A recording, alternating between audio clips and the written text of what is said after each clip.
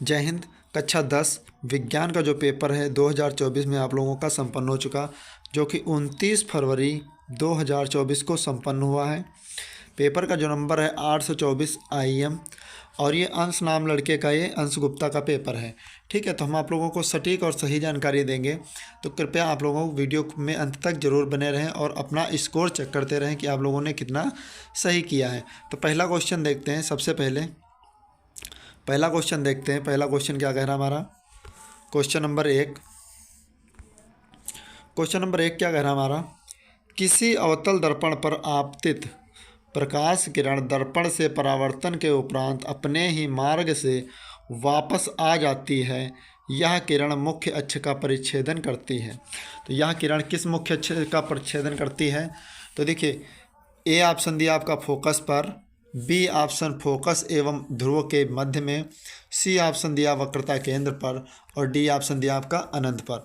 तो मेरे भैया इसका जो सही आंसर है वो है आप लोगों का, जो सही आंसर है वो आप लोगों का है फोकस एवं ध्रुव के मध्य में। जिन भैया बहनों ने बी ऑप्शन क्लिक किया है उन लोगों का बी बिल्कुल सही आंसर है। फिर क्वेश्चन नंबर 2 देखते हैं। क्वेश्चन नंबर 2 क्या कह रहा हमारा? ध्यान से देखिएगा। क्वेश्चन नंबर 2,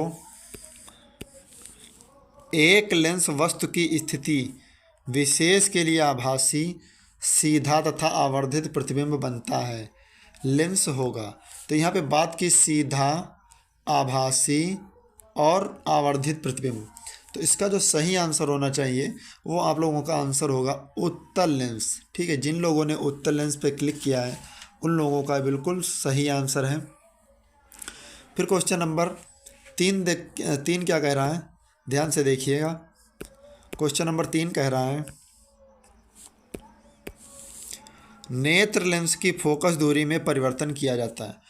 तो नेत्र लेंस की फोकस दूरी में जो परिवर्तन किया जाता है वो किसके द्वारा किया जाता है? ए ऑप्शन आपका दिया पुतली द्वारा, दृष्टि पटल द्वारा, सी ऑप्शन है परितारिका द्वारा, और डी ऑप्शन पक्षमाभी मांसपेशियों द्वारा। तो इसका जो सही आंसर है वो ऑप्शन डी बिल्कुल सही आंसर है। पक्षमाभी मांसपेशियों द्वारा इसका फोकस दूरी में परिवर्तन किया जाता है। फिर क्वेश्चन नंबर 4 क्या कह रहा है? ध्यान से देखिएगा। क्वेश्चन नंबर 4 कह रहा है, स्वच्छ आकाश।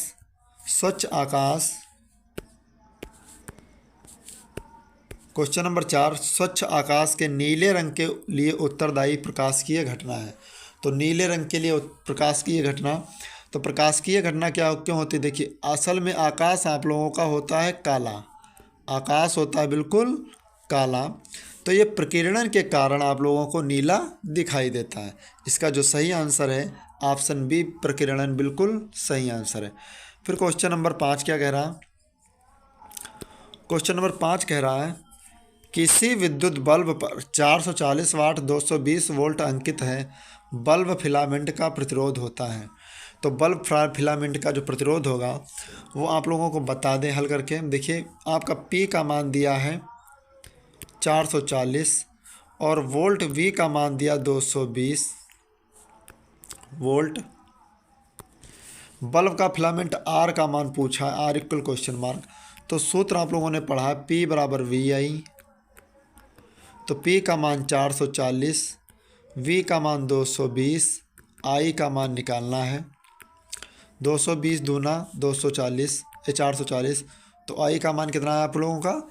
2 आ गया। फिर आगे देखते हैं, I का मान आप लोगों को 2 मिला। तो फिर आगे देखते हैं, ओम के नियम से, ओम का नियम क्या कहता? ओम के नियम से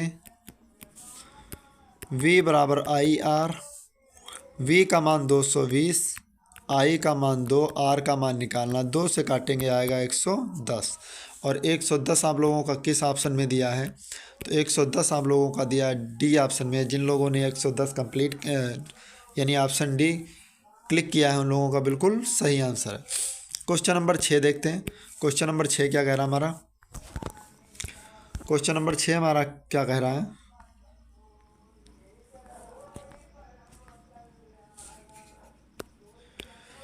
विद्युत परिपथ में प्रयुक्त होने वाले कुछ अवयवों के संकेत स्तंभ ए में दिए गए, स्तंभ बी में दिए गए नामों से सुमेलित करके सही विकल्प का चयन कीजिए। तो पहले बात ध्यान से देखिए, आप लोगों का ये जो दिया है पहला ऑप्शन, ये देखिए परिवर्ती घटना, परिवर्ती प्रतिरोध के कारण है। बी ऑप्शन आपका दिया अमीटर से, यानी दूसरे का दिया देखिए ए तो अमीटर से। और तीसरा जो ऑप्शन दिया है ये आपका विद्युत सेल से, प्लस का और एक माइनस का। तार की क्रॉसिंग इस साइड से होती है, तो देखिए पहले का तीसरे में, दूसरे का चौथे में, और तीसरे का दूसरे में, और चौथे का पहले में। किस ऑप्शन में दिया है? तो देखिए ऑप्शन ए इसका बिल्कुल सही आंसर है।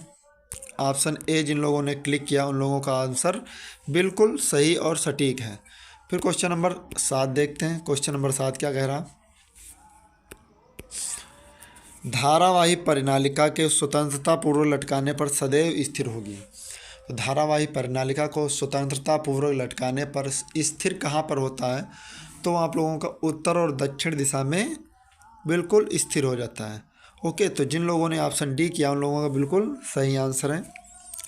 क्वेश्चन नंबर 8 देखते हैं। क्वेश्चन नंबर 8 क्या कह रहा?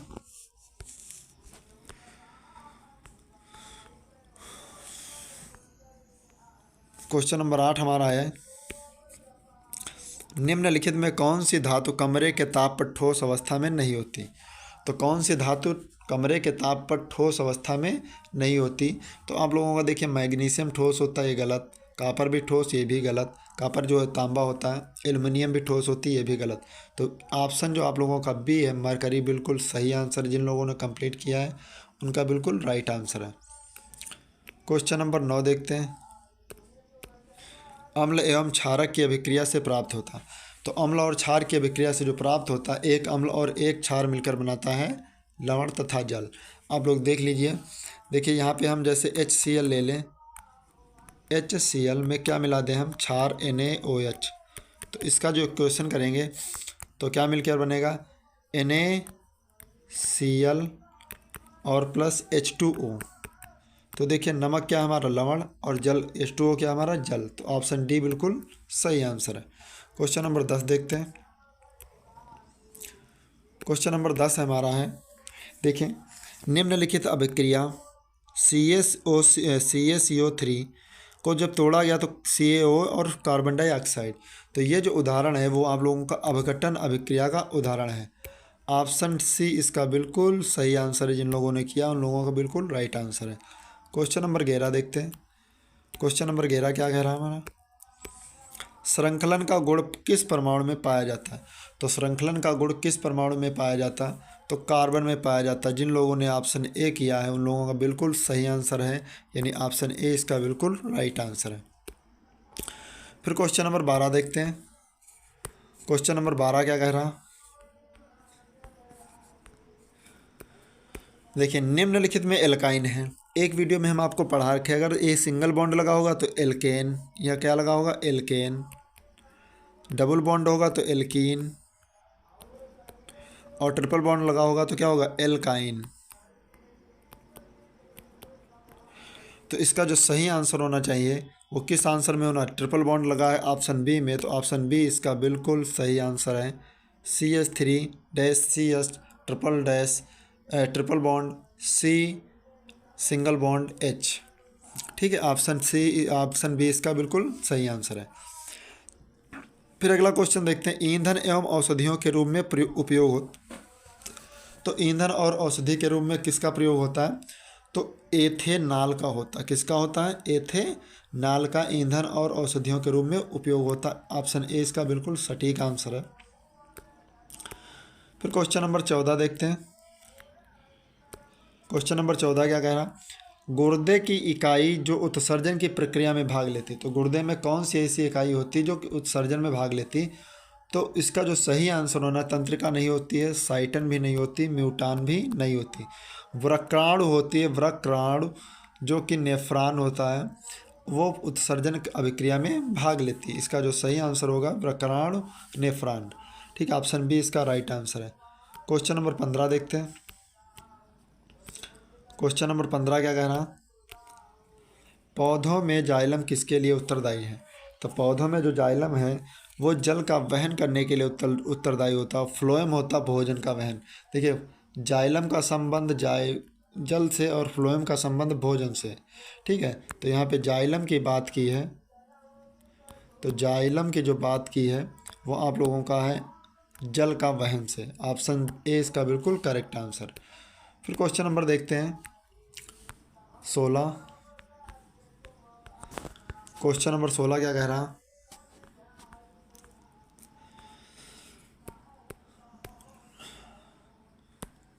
स्वपोषी पोषण के लिए आवश्यकता होती।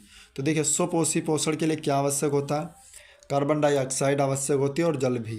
क्लोरोफिल भी आवश्यक होता है, सूर्य का प्रकाश भी आवश्यक होता है।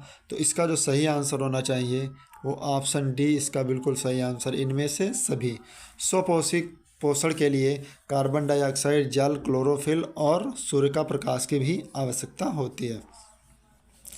फिर क्वेश्चन क्या कह रहा? ऑक्सीजन की उपस्थिति में, क्वेश्चन नंबर 17, ऑक्सीजन की उपस्थिति में पायरुवेट का ऑक्सीकरण कोशिका के किस भाग में होता है? तो ये आप लोगों का होता है माइटोकॉन्ड्रिया में।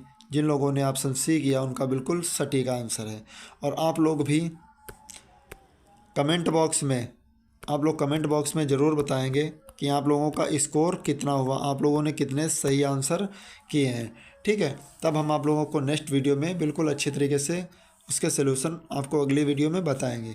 ठीक है, और आप लोगों को न्यूमेरिकल और फिर दिए हैं आप लोगों के न्यूमेरिकल के बाद आप लोगों को दिए हैं IUPAC नामकरण और समीकरण संतुलित यानी बैलेंसी आप लोगों को नेक्स्ट वीडियो में हम आप लोगों को कंप्लीट करवाएंगे। ओके, कंप्लीट करवा देंगे। फिर क्वेश्चन नंबर 18 देखते हैं, और आप लोग कमेंट में अपना स्कोर ज़रूर बताना कि कितना आप लोगों ने स्कोर किया है। ठीक है, फिर क्वेश्चन नंबर देखते हैं 18। मेंडल ने अपना प्रयोग किया था। तो मेंडल ने अपना प्रयोग क्यों किया था? तो मेंडल ने जो अपना प्रयोग किया था उत्पादन के लिए नहीं किया था, किसी का उत्पादन, वंशानुगत गुणों के अध्ययन के लिए मेंडल ने अपना प्रयोग किया था। तो ऑप्शन ए इसका बिल्कुल सही आंसर है। फिर क्वेश्चन नंबर देखते हैं 19। क्वेश्चन नंबर 19 क्या कह रहा? निम्नलिखित में से कौन ओजोन परत क्षरण के लिए जिम्मेदार मुख्य पदार्थ है? तो ओजोन परत के लिए जो क्षरण जिम्मेदार मुख्य पदार्थ होता है वो CFC होता है, यानी क्लोरोफ्लोरोकार्बन। इसका बिल्कुल सही आंसर ऑप्शन ए बिल्कुल राइट आंसर। फिर क्वेश्चन नंबर देखते हैं 20। क्वेश्चन नंबर 20 क्या कह रहा?